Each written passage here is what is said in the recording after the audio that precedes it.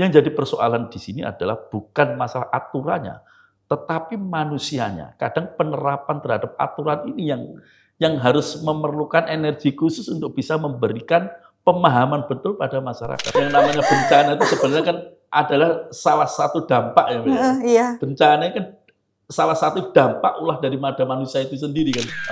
Para pengusaha kalau kita akan membangun daerah kita, ya kita bangun dengan konsisten lah. Sialnya adalah ketika penambangan liar seperti ini semakin masif, berarti bencana juga semakin betul. sering datang.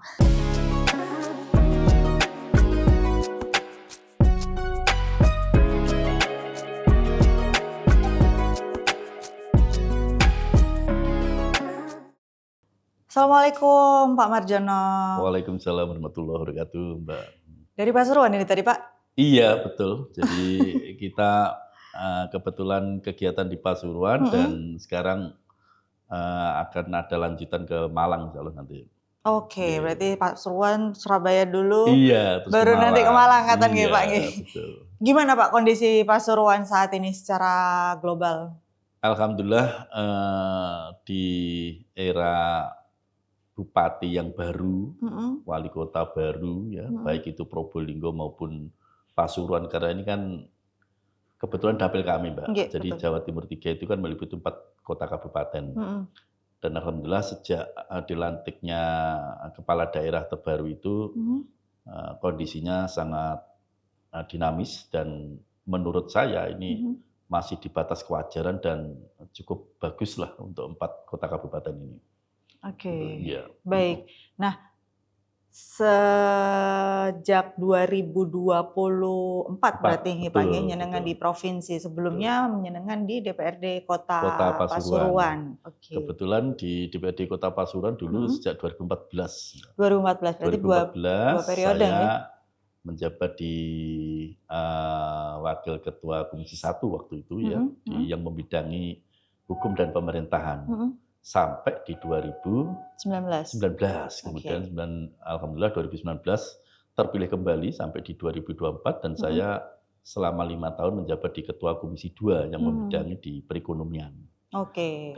Dan di tahun 2024 ikut kontestasi lagi di DPR provinsi. Alhamdulillah masuk di Jawa Timur 3 di Selama 3 tahun berada di DPR, 2 tahun di Kota Pasuruan, kemudian 2 tahun 2 periode ya. 2 periode di Pasuruan, kemudian 1 di periode di kan baru 1 tahun lebih betul. Apa Pak keluhan masyarakat yang paling sering sampai ke telinga jenengan begitu? Jadi kalau melihat pada kondisi masyarakat yang ada di di wilayah dapil kami, Mbak Kome, ini tentunya bervariatif ya, bervariatif sekali, banyak hal-hal yang menjadi aspirasi masyarakat.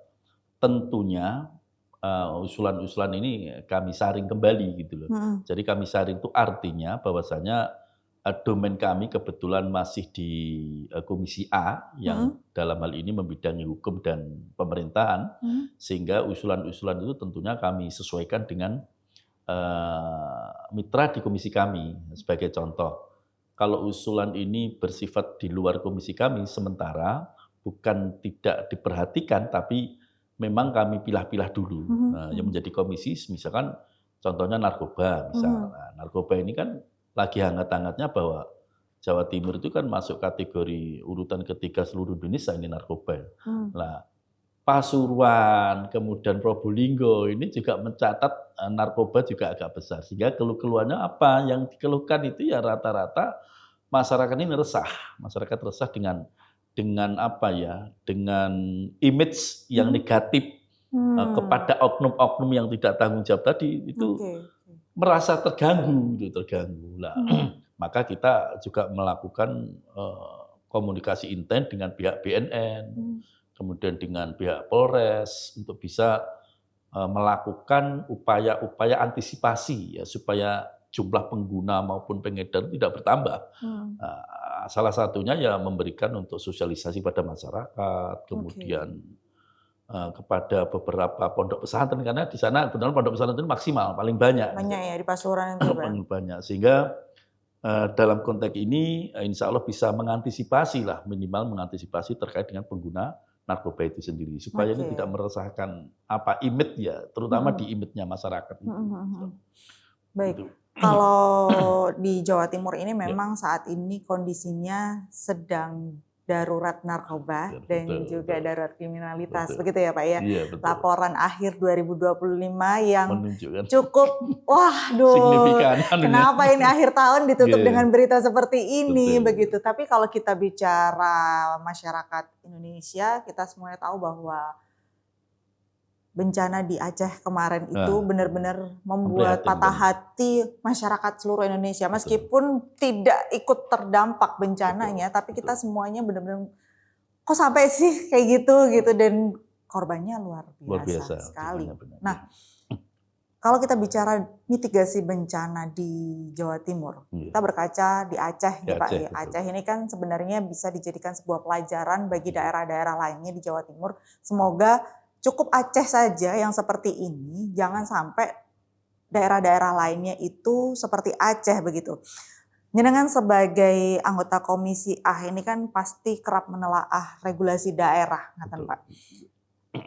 Dari kejadian Aceh kita bisa tahu bahwa sebenarnya banyak pelanggaran, terutama untuk RT RW-nya. Untuk tata ruangnya dan lain sebagainya yang seharusnya tidak boleh ada tambang, kemudian ada tambang, dan ini sebenarnya dampaknya tidak dirasakan di tahun-tahun pertama, tapi justru dirasakan di 5-10 tahun ke depan, yang mana mungkin kalau bencananya sekarang di tahun 2025 berarti pelanggaran-pelanggaran ini sudah terjadi di tahun 2014, 2015 begitu ya. Berarti kan ada celah, ada regulasi dan perizinan dan lain sebagainya yang akhirnya membuat mereka bisa masuk sebegitu mudahnya. Jenengan Pak Marjono sebagai anggota Komisi A DPRD Provinsi Jawa Timur, bagaimana Bapak memandang hubungan antara peraturan penanggulangan bencana dan juga Perda Pemajuan Kebudayaan nih seperti Perda nomor 6 tahun 2024 dalam melindungi masyarakat saat terjadi bencana? Jadi awal kita bahas terkait dengan bencana. Mungkin Mbak Komeng juga tahu ya, sebenarnya bencana itu kan sesuatu yang tidak kita inginkan. Betul, betul. Dan saya ingat betul bahwa Aceh ini mengalami bencana yang luar biasa besar ini kedua kalinya. Yang dulu adalah gelombang tsunami ini. Catatan kami pada saat itu sekitar 102.000 kalau nggak salah, 102.000 korban jiwa. Jadi itu dan luar biasa waktu itu. Bahkan pihak asuransi pun sudah angkat tangan waktu itu. Saya ingat betul lah. Ternyata di tahun sekarang saudara kita yang ada di Aceh ini mengalami juga bencana yang luar biasa juga. Sebenarnya tidak berbeda, artinya begini. Di Jawa Timur pun sebenarnya baru-baru ini ya juga ada erupsi ya di Jember itu. Namun tidak memakan korban jiwa. Akan tetapi kerugian material, rumah, apapun, binatang ternak ini juga luar biasa. Gitu. Bahkan sempat kemarin itu di fraksi kami, di Partai Gerindra juga Jawa Timur memberikan sumbangan kepada Aceh, itu senilai hampir 805 juta, ya hampir 1 miliar kita donasi di teman-teman kader gitu, dengan pengurus-pengurus kita minta donasi dan alhamdulillah kemarin kita titipkan Bapak Prabowo juga sekaligus untuk mendatangi di Aceh. Nah, terkait dengan regulasi Mbak, tentunya Mbak Komeng juga paham ya, regulasi itu sebenarnya kita buat itu sudah sesuai dengan aturan. Iya, sesuai dengan regulasi yang pembentukannya itu melalui tahapan-tahapan tertentu sampai produk perda atau peraturan itu sudah murni jadi kan begitu ya. Yang jadi persoalan di sini adalah bukan masalah aturannya, tetapi manusianya. Kadang penerapan terhadap aturan ini yang harus memerlukan energi khusus untuk bisa memberikan pemahaman betul pada masyarakat. Contoh katakan, katakan untuk tambang-tambang liar atau apapun, ini sebenarnya kalau di dalam aturan perda atau peraturan terkait dengan penambangan ini sudah jelas, sudah tidak diragukan lagi. Tapi manusianya kadang karena dia menganggap bahwa penambang-tambang ilegal dan sebagainya ini bisa menguras tenaga terkait dengan dampak bencana ini gitu loh. Nah, sehingga yang disampaikan Mbak Kom tadi keterkaitan dengan kaitannya Peraturan. kebudayaan sebenarnya ini adalah salah satu ini kan mitigasi ya bahasanya ya. Jadi ini adalah upaya untuk mengurangi resiko kan sebenarnya. Jadi kita itu sudah melakukan upaya untuk mengurangi resiko itu atau mitigasi ini. Nah, namun hubungannya dengan kebudayaan ini kan sebenarnya adalah sebagai untuk sarana pemetaan sebenarnya itu. Ada sarana pemetaan bagaimana sih kearifan lokal di masing-masing daerah itu bisa terjadi gitu.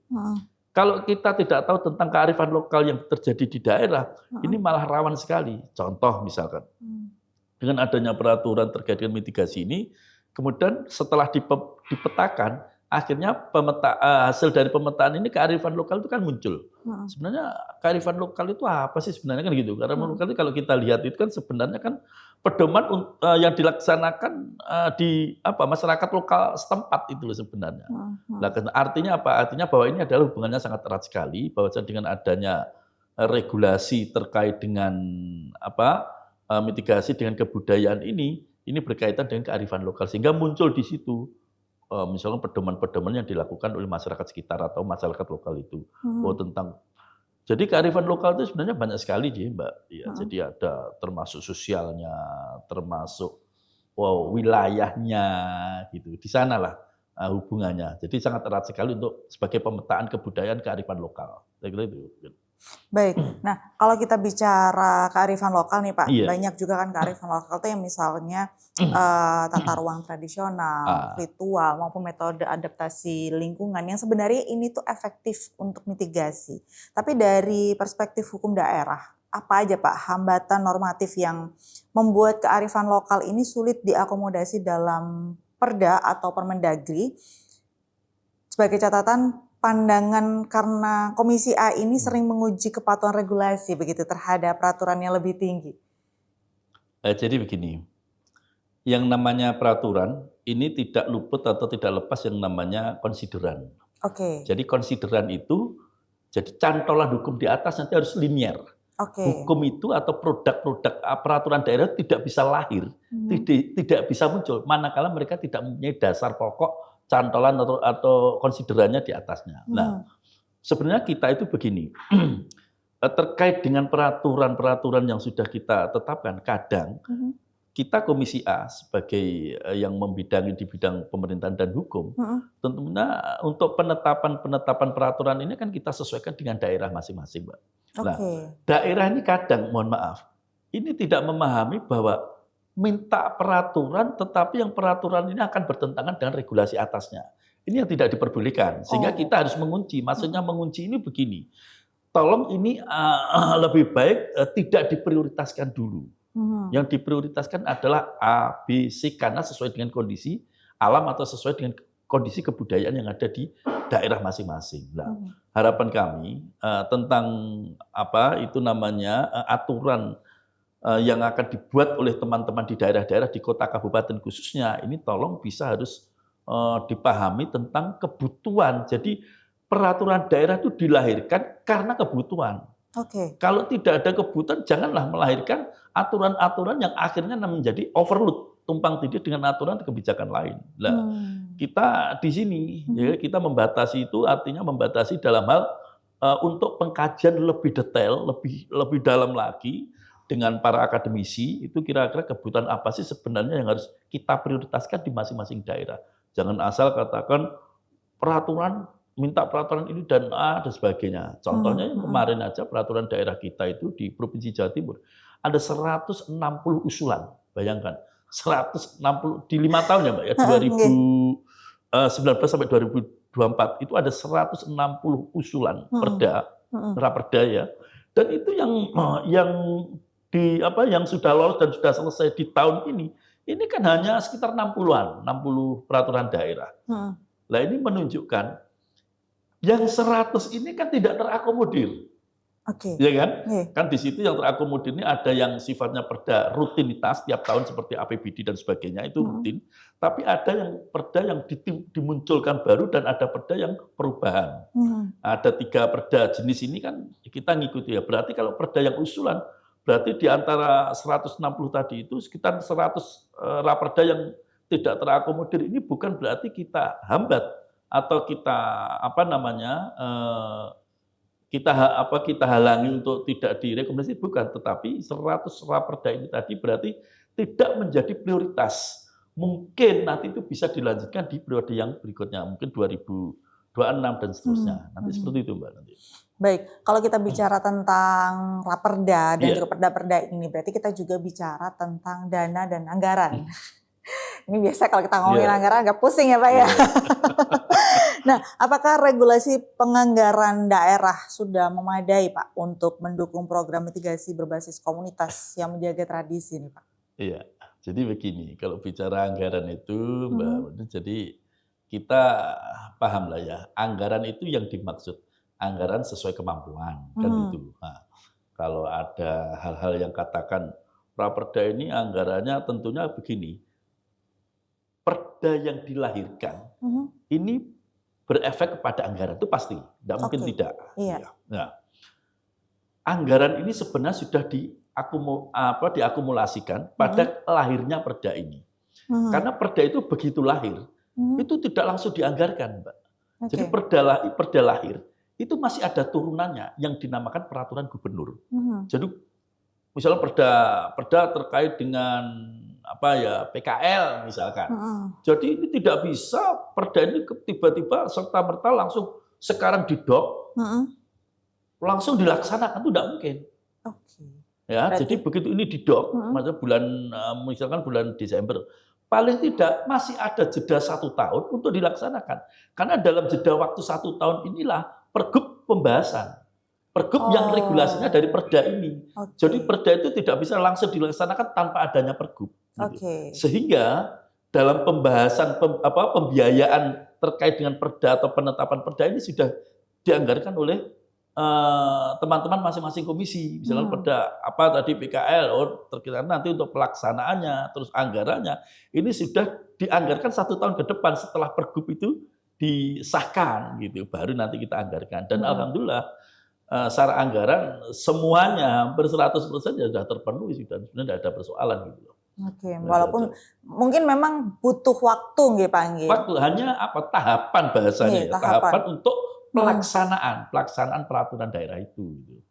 Baik. Jadi memang ya namanya regulasi itu juga pasti ada tahapannya, nggak mungkin yang perda bulan Desember 2025 digedok terus Januari 2026 bisa langsung jalan.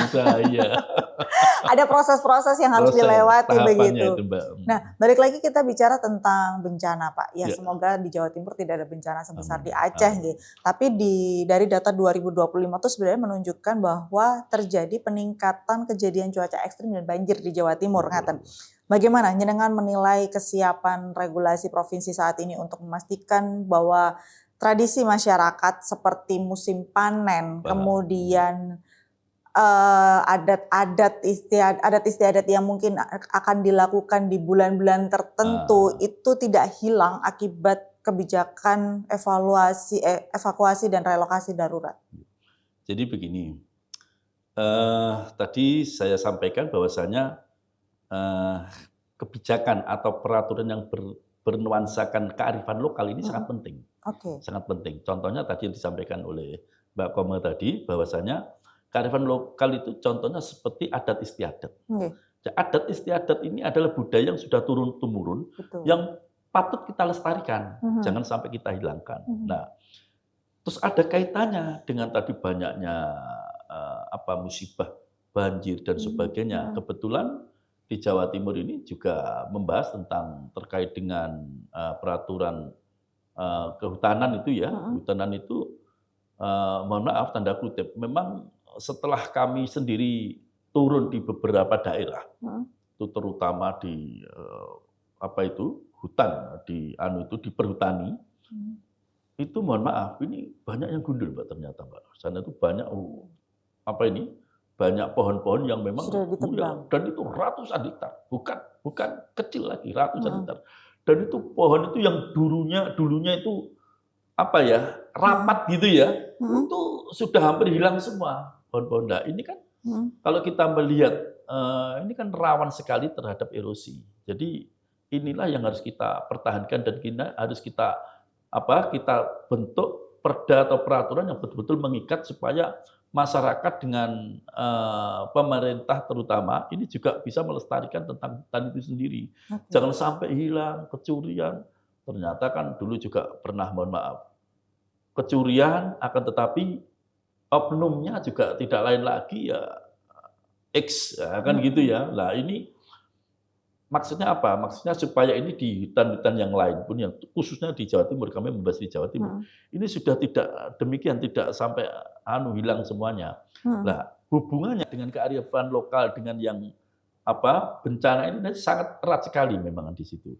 Jadi menurut adat ini ya, adat ini kadang supaya tidak terjadi banjir, ada upacara adat istiadat. Jadi ya kita sangat sangat memberikan apresiasi pada masyarakat atau daerah-daerah tertentu yang betul-betul masih mengangkat bahwa adat itu diperlukan. Dan disinilah letak fungsi kita sebagai Komisi A ini untuk bisa mendorong pembentukan perda yang terkait dengan kearifan lokal ini harus intens betul dan harus segera diwujudkan kan gitu. Sekali itu Mbak. Baik. Kemudian ada khawatiran nggak Pak terkait dengan upaya mitigasi top down ini dapat mereduksi peran tokoh adat dan juga pengetahuan lokal. Menurut jenengan bagaimana perda penanggulangan bencana harus dirumuskan agar memberikan ruang yang legal bagi peran tokoh adat? Saya kira wajib itu ya. Jadi gini, kalau menurut kami itu bahwa perda keterkaitan dengan bahasanya kearifan lokal itu Mbak Iya, ya. balik lagi ke kearifan lokal. Ini karena ini ini merupakan fenomena yang ini sebenarnya sudah tidak boleh dihilangkan karena ini dari dulu, dari nenek moyang kita ini yang sesuatu yang menurut keyakinan mereka dengan adanya kearifan lokal dan harus kita tetapkan supaya ini bisa berkembang bahwa ini menggugah masyarakat sekitar, maksudnya masyarakat lokal, karena ini kan berbicara dengan kearifan lokal. Jadi perdanya itu supaya menggugah masyarakat di lokal itu atau masyarakat di wilayah tertentu untuk semangat bisa mempertahankan tentang kebaikan wilayah di situ gitu loh. Kalau ini tidak segera dia didorong untuk menetapkan peraturan, ini yang sangat membahayakan nanti bagaimana terkait dengan minat atau kesemangatan dari masyarakat lokal itu tidak bisa muncul atau tidak bisa bangkit lagi. Sehingga semakin lama, semakin laun itu bisa masyarakat akan semakin punah dengan adat yang sudah punah itu, terus kemudian dia tidak bisa mengingat atau berpartisipasi untuk pengembangan di daerahnya gitu Mbak. Baik, kemudian kalau kita balik lagi kita bicara kearifan lokal Pak. Kearifan lokal itu kan juga berkaitan dengan pengelolaan lingkungan, mulai dari pola tanam, kemudian reboisasi lokal, kemudian pengaturan rumah panggung dan lain sebagainya begitu. Kalau dari sisi regulasi tata ruang dan lingkungan, kebijakan mana Pak yang dapat diperkuat supaya praktik-praktik tersebut mendapat perlindungan hukum? Kalau kami kebijakan-kebijakan yang perlu diperkuat di kearifan lokal itu tentunya terkait dengan lingkungan ya Mbak ya, dengan lingkungan. Jadi perda yang berkaitan dengan atau berhubungan dengan lingkungan. Jadi misalkan lingkungan itu begini Mbak, kita itu kan mohon maaf kan ada penambang-penambang yang sekarang tuh kadang tanpa menyadari bahwa nanti dampak dari akibat penambangan itu seperti apa.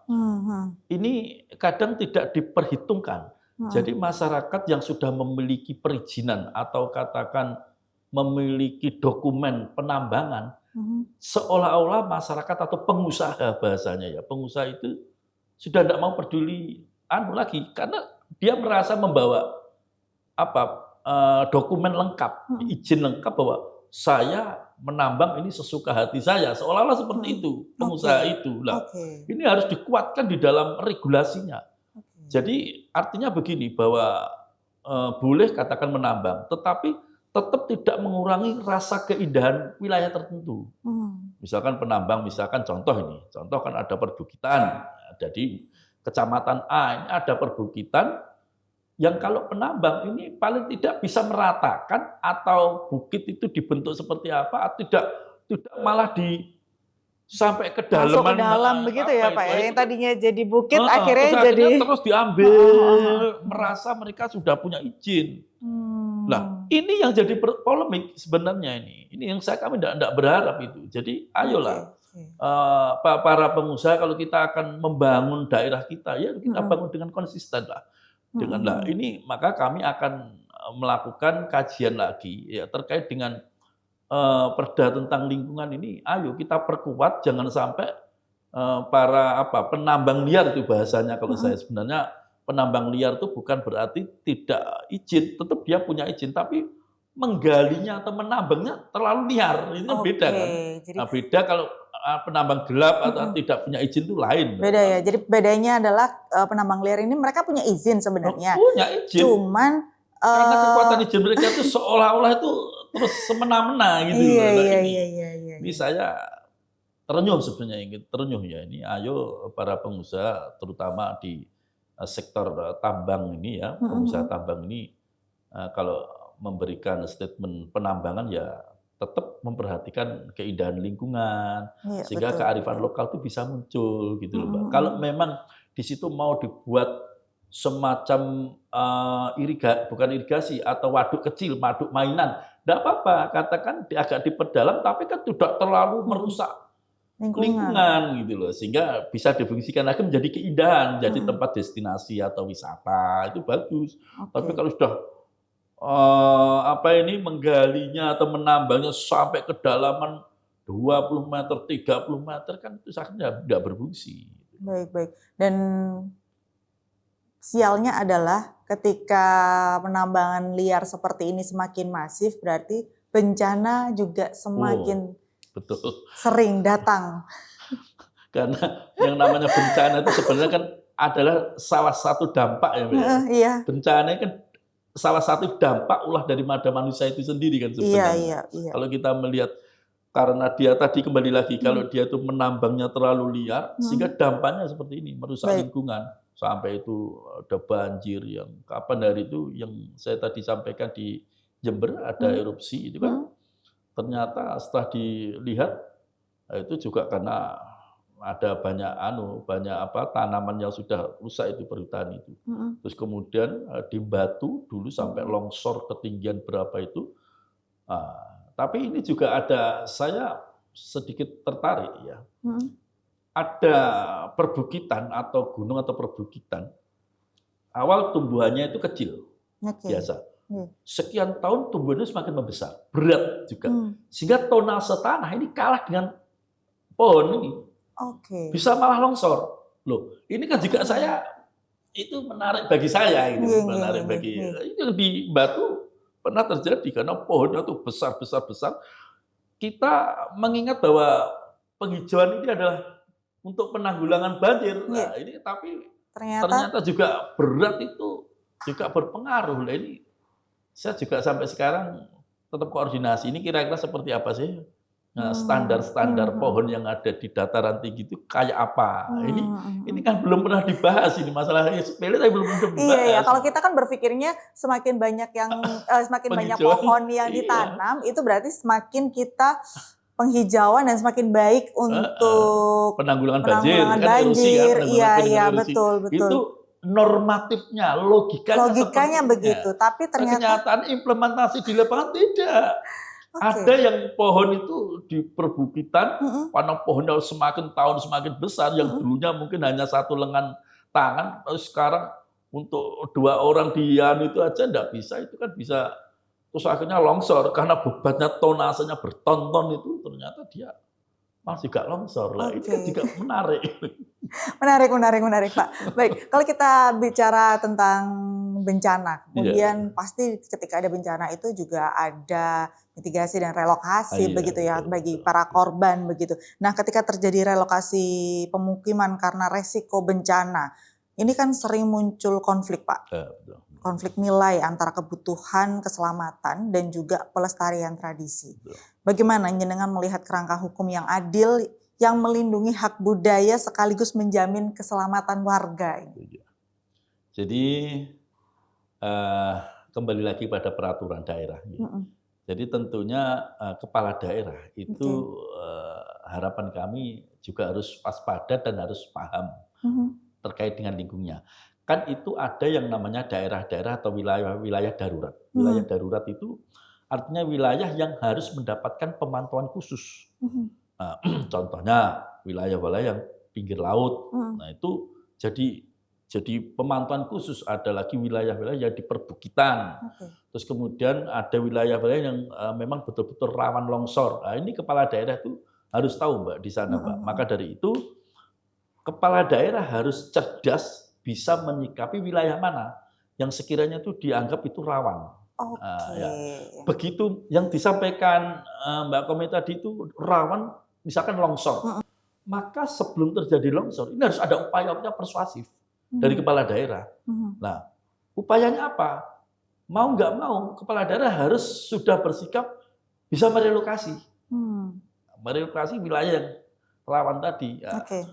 Jadi tentunya dikumpulkan, diajak komunikasi, diajak musyawarah, dialihkan misalkan di rawan mana. Nah, persoalannya di sini kembali lagi tentang anggaran. Nah, anggaran ini ada yang langgannya untuk anggaran yang sifatnya untuk darurat, untuk TPP atau apa itu untuk tanggap darurat itu. Nah, ini harapan kita, jadi kepala daerah yang memiliki cadangan-cadangan anggaran untuk kedaruratan itu bisa dipakai. Bisa dipakai. Misalkan di satu tempat ada berapa rumah, lah mereka cobalah diajak bicara gimana kalau ditempatkan pada lokasi atau wilayah yang tidak rawan bencana, itu di mana. Nah, itu sebenarnya ke sana, Mbak. Regulasinya ke sana itu. Baik, terakhir Pak, sebelum kita mengakhiri podcast hari ini, harapan Bapak di tahun 2026 nantinya terkait dengan perda-perda yang berhubungan dengan mitigasi bencana supaya nantinya di tahun 2026, dan kita tidak bisa memprediksi bencana alam yang memang murni ini adalah bencana alam, bukan bencana yang akibat dari perbuatan manusia, begitu. Pasti di setiap daerah kalau bencana alam tidak ada yang bisa terprediksi, tapi kan kita bisa melakukan pencegahan atau mungkin memperbaiki perda-perda yang memang harus diperbaiki. Apa harapannya dengan monggo? Harapan kami tentunya ada dua sisi, Mbak. Yang pertama dilihat dari sisi birokrasi atau pemprov, atau kalau di kota kabupaten kepala daerah gitu ya, kabupaten atau kota, itu agar cadangan-cadangan anggaran untuk bencana itu juga lebih ditingkatkan, lebih diperbesar.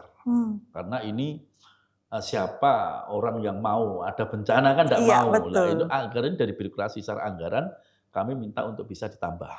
Ditambah itu bagaimana artinya? Ditambah sesuai dengan kondisi lingkungan masing-masing. Masing-masing. Nah, provinsi juga begitu. Nah, sehingga apa?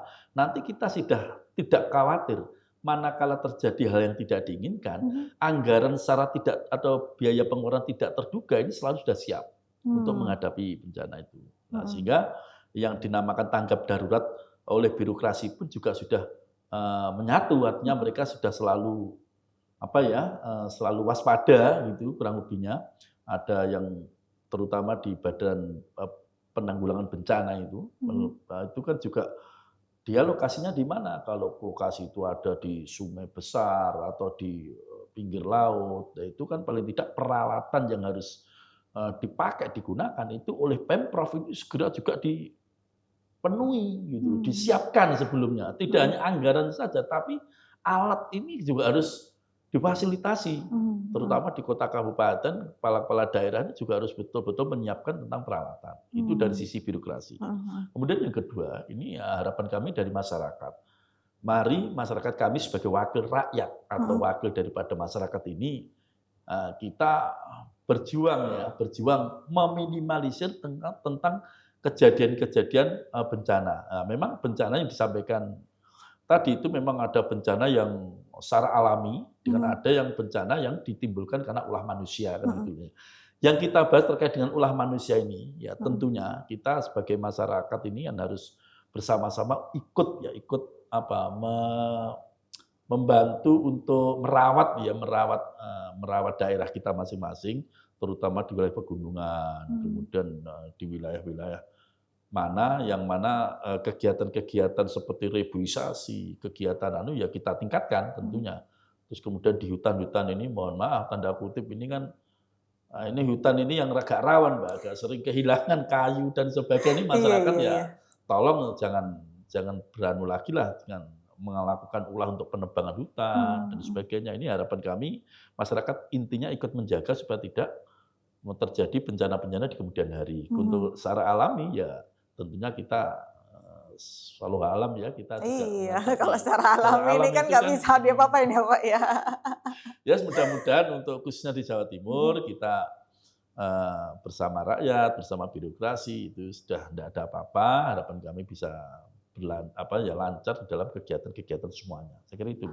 Baik, nah ini juga bisa menjadi ilmu dan juga pengetahuan ya mungkin untuk pemirsa yang menyaksikan podcast kita hari ini, bahwa sebenarnya untuk menjaga supaya daerah kita dimanapun kita tinggal ya, kalau saat ini Aceh sudah mungkin setelah ini masyarakat Aceh semoga bisa lebih menjaga dan juga para pengusaha di sana juga bisa lebih berpikir untuk dampak yang terjadi beberapa tahun kemudian. Tapi untuk Jawa Timur kita semua berharap semoga Jawa Timur tidak sampai ada bencana besar yang menelan korban jiwa cukup besar. Dan ini semua bisa dilakukan kalau ada sinergi antara masyarakat Jawa Timur bersama dengan pemerintahan Provinsi Jawa Timur dan juga DPRD Provinsi Jawa Timur.